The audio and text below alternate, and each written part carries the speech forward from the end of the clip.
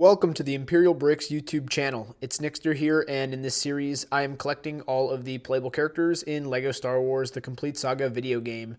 In this video, I'll be adding a new minifigure to the TCS display here. We'll be adding a new minifigure to the extra toggle display, and of course, if you want to get one of these displays for yourself, there's an affiliate link in the description below. Before we get to the new figures, I wanted to talk about a comment that I got on the last video, the disguised clone here. You cannot see the kind of white ring above the top of his forehead there, and unfortunately, although it is still there, the head print that I have just doesn't show it on the face when you have the hood on like this.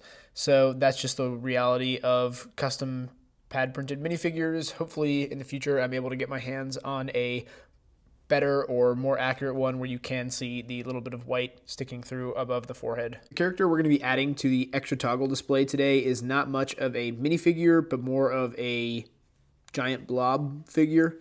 It's Jabba the Hutt. Obviously, this is the original style in sand green. The newer ones are in olive green, and they do have a face print. This one just has a large amount of creases all the way around his face, trying to, give it that look like Jabba the Hutt has in the show. And he does have some unique parts for the arms here. You can see there's a molded in hand, so you cannot rotate that. It's static, but you can adjust his arms up and down. And you can, of course, place a bar in his hand here, like so. So that works. And it looks like you might even be able to place something in his mouth. You kind of can.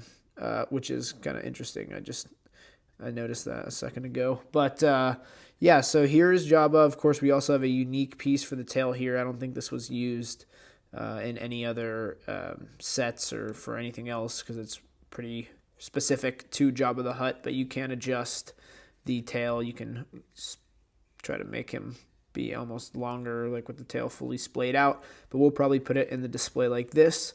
And yeah, this is what the original Jabba looks like. There's a whole bunch of connection points on the bottom. And eventually I would like to get printed would be awesome, but probably painted pupils for the Jabba minifigure. Maybe even, I'm not sure if he has any detail on the mouth, but eventually it would be cool to get things like this or the Ewok or even Jar Jar Binks, General Grievous, to have the painted on eyes so they look a little bit more accurate to the game. Another thing I want to mention is I posted a video last week where we unveiled basically the first of the Minikit builds from LEGO Star Wars The Complete Saga, and I haven't yet decided how I'm going to display these. I really don't know how I'm going to display them, but if anybody has any suggestions on how to display a lot of these somewhat miniature models, but they do, they take up a good bit of space, so you need a kind of irregular size display for them all. But yeah, let me know in the comments how you guys would display it. Would you put them in a case? Would you make a, like a mock for all of them? Who knows? Who knows what we'll end up doing?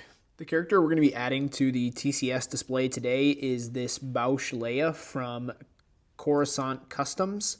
And you can see here that we've got a really nice pad printed torso.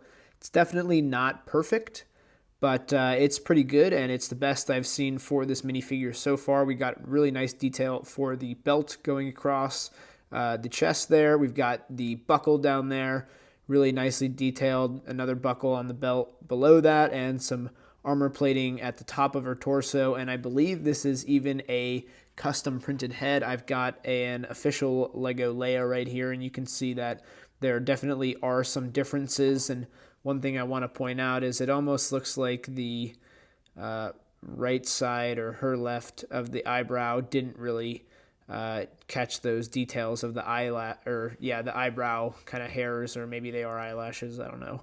But that just kind of shows you how not only how hard it is to make this kind of stuff, but also why the price point on some of these figures is a lot lower than, for example, the Christo minifigures, because the print quality of the design on the figure is not always going to be up to par with Lego quality. And another thing I wanted to mention is you'll notice this is a really dirty figure, and I have to assume that this was a used torso, not a new one, and that's it's really unfortunate that that's the case, because this is something that I want to put on display and add to my collection. And obviously no one wants to buy a new minifigure and have it be covered in little bits of dust and have wear marks on the sides of the torso already. So, that's just something, again, to keep in mind when you're buying from other custom sellers, that, everybody has different quality standards, and some people are okay with reusing old torsos to sell to you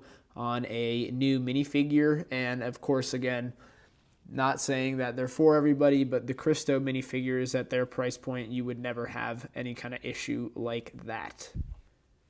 First, we're going to add our Boushh Leia minifigure. She goes right here next to our other Episode 6 Jabba sail barge kind of figures. But here is the display so far, and now we're going to move over to the all-new extra toggle display.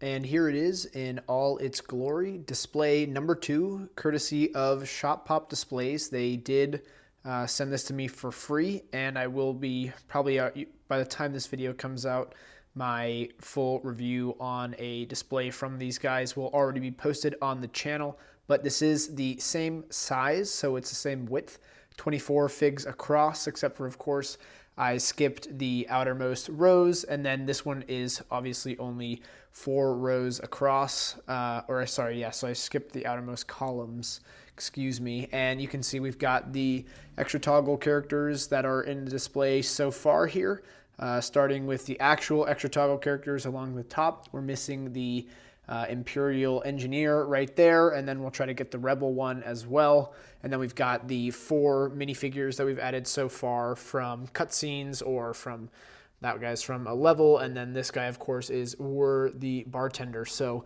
let's get the Jabba the Hutt right here, and we can add him to the display. You can see I cleared out 4 spots to fit him, and I can't really see, so there we go.